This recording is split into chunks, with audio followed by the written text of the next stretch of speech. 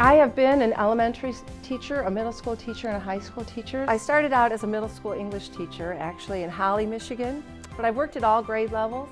I had so many kids with learning challenges in my early years of teaching that I didn't know how to reach, that I said, if I'm going to reach them, then I need to learn how to teach them. So I went back and got my special education certification.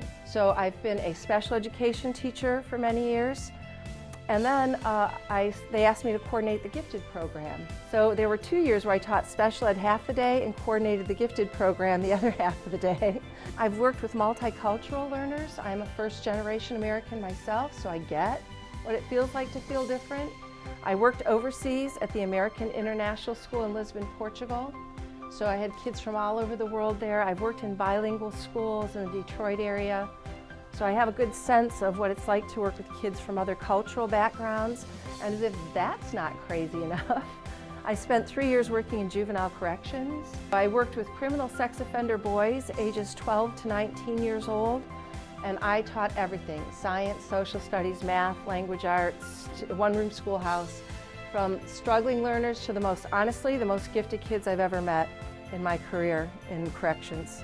If we could save them from getting that far, they'd change the world. And I'm now a teacher of teachers. I am passionate. I teach all over the world, and I'm passionate about opening kids' hearts and our hearts, because I believe if we start from the heart and then we nourish the mind with rich instructional practices, and we'll help kids stay inspired.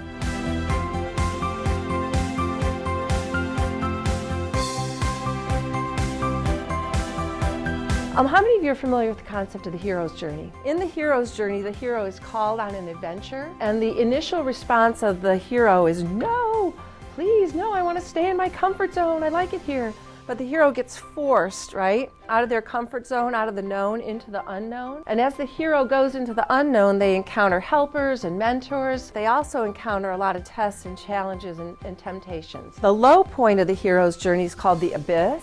That's when the hero has to really face the ultimate challenge, something that really terrifies him or pushes her to the breaking point. At that point, the hero changes.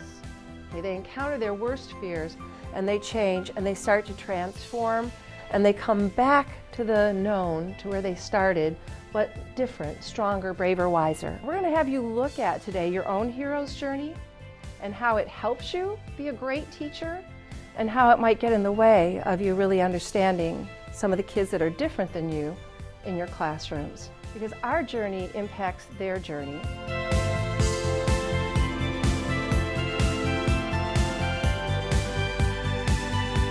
In most classrooms, 20% of the kids do 80% of the thinking and talking. And we want to blame the kids, but it's us. It's the way we teach. So the big focus for today is going to be instructional practices that make sure that we create a classroom environment where everyone is called on. That we design our room so that everyone has to talk, everyone has to share, everyone has to participate. Because when you honor the different learning brains in your classroom, when you say, I know you don't all need the same thing, fair will not be same in here, and we're going to help you understand what your brain needs to learn successfully, kids will go there with you. And you'll help them self-regulate. If they're not engaged, they're not learning. Just because they're sitting quietly doesn't mean they're learning.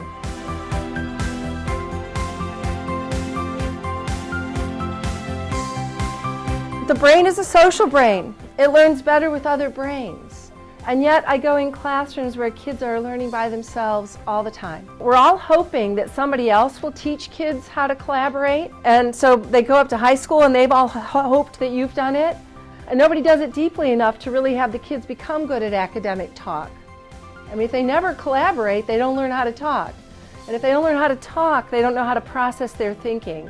And then we don't have critical thinkers or collaborators, right, or all the skills that the Common Core state standards want us to have, and that we should want kids to have in America. We want critical thinkers. We want them to be prepared for the 21st century workforce. And so if you look in your handbook, and this may be a little more critical for my teachers tomorrow, but I want you to know the research and the data.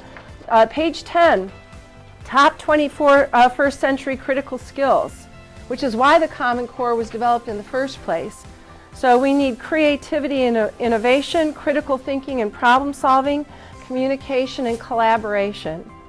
And a quality differentiated instruction classroom will build all of those in naturally. And it's the way the brain likes to learn too. So they all go together. It's not rocket science, I call it, it's just good teaching. It's just good teaching, and it gets them ready for the world. So now it's time to share with you just how it can be done to reach all kinds of learners and to make your teaching fun. There'll be lesson plans and management tips and practicality to grow your teaching practice in this your locality. Watertown, New York. Still too cold.